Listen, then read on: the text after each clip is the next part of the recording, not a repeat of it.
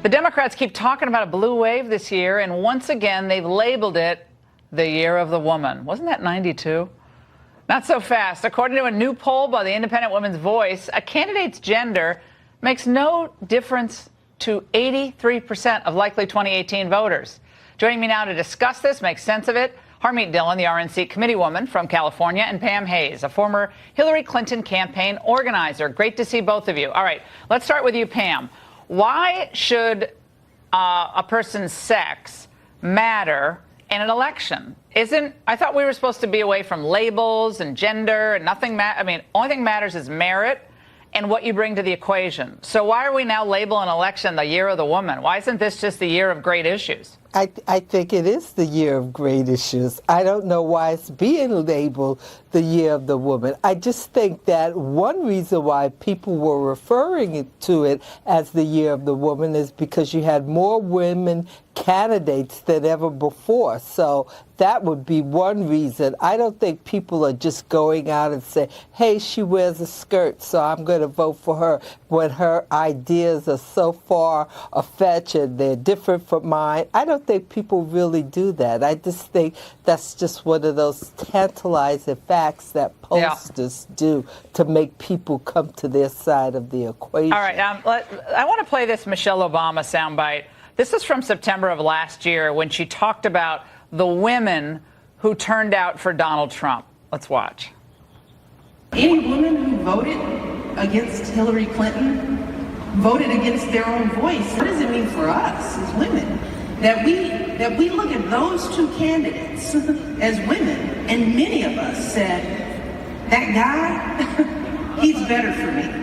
His voice is more true to me. Harmeet, again, it seems to look down on women who voted for Trump. If you vote for a conservative or Republican, you're voting against your interests. But with this booming economy, every level of the economy is up. Female employment, optimism, manufacturing, all of it up, up, up. How can you say that this year after all these results are already in? Well, Laura, they say it because they're out of ideas. They've got nothing. I mean, the year of the woman was 2016, by the way. It didn't work very well for the Democrats. They tried to use gender to catapult an otherwise bad candidate across the finish line, and it didn't work.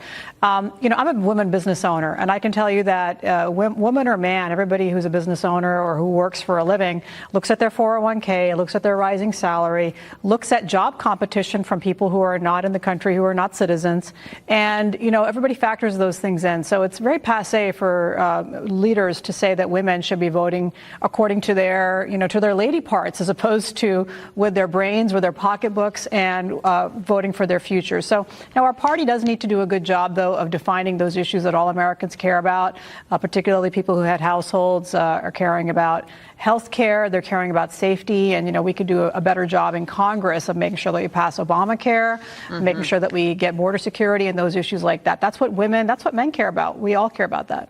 That's Pam, what people care about, Laura. I don't think it's so much this gender focus as people want to make us think it is. I think it's about the issues. And when I got to worry about what's going to happen if, God forbid, something happens to my daughter and she's raped and you can't even get a way to deal with that, that's a problem. When you say a way to deal with that, you mean abortion. That's the word you're searching for. That's what I mean, precisely. Yeah. Okay, why not just say it? Because so Pam, I don't want just say to. it. I can say it the way I want to. Pam, so what you believe in this election cycle is that one of the preeminent issues on the minds of voters is the ability to get an abortion. You think that will be outlawed in the United States, all 50 states? And why do you think that? I think it becomes dangerous when it's outlawed in some states. I think it should be a policy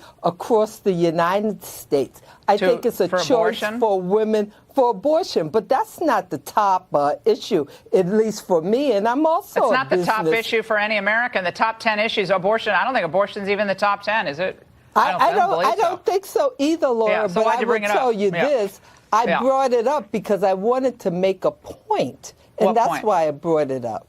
I'm not finding it. Let me read you the comment from Hillary Clinton, because we are talking about There are a lot of women candidates, and they're doing actually really well. The Democrats are fielding a lot of female candidates who are doing well so far in the polling, and a lot of open seats. To both of you. This was what Hillary Clinton said. She said, "We do not do well with white men, and we do not do well with married white women." And part of that is an identification with the Republican Party and a sort of ongoing pressure to vote the way your husband, your boss, your son, whoever believes you should. Pam, do you agree with what Mrs. Clinton said there? That, I mean, you read between the lines, not even have to read between the lines, is that, these women are just kind of stupid. They just vote the way their men want them to vote. Oh, no, I don't think the vast majority of women are stupid and vote the way their men want them to vote. But I think there are some people who do that, just like, there are women who might just vote for women because they're women. I think the issue is what is important to the majority of people in America. For me, it's a pocketbook issue. I'm a business owner. Right, so you should be for Trump. No, I should never be for Trump. Oh my God. I have very serious issues with him. How is your business doing?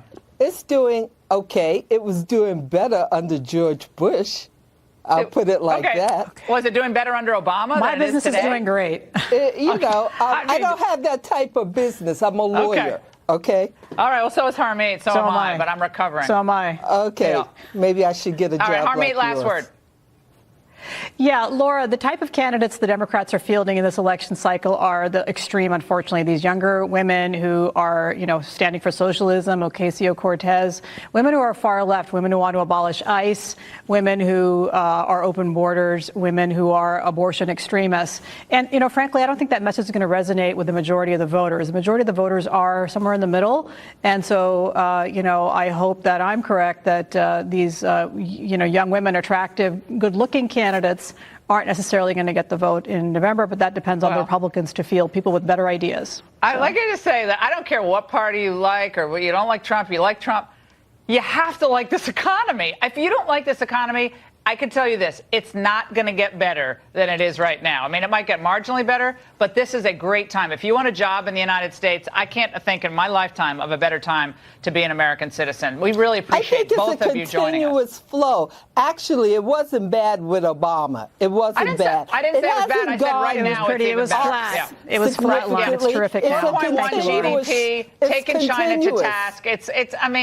This is a factual argument at this point. The American people give him very high marks on the economy, thankfully about 55%, and that's a good thing. It's good for all Americans. Whoever was president presiding over these policies, these are good policies for the American people. I really appreciate both of you joining us tonight. Harmeet and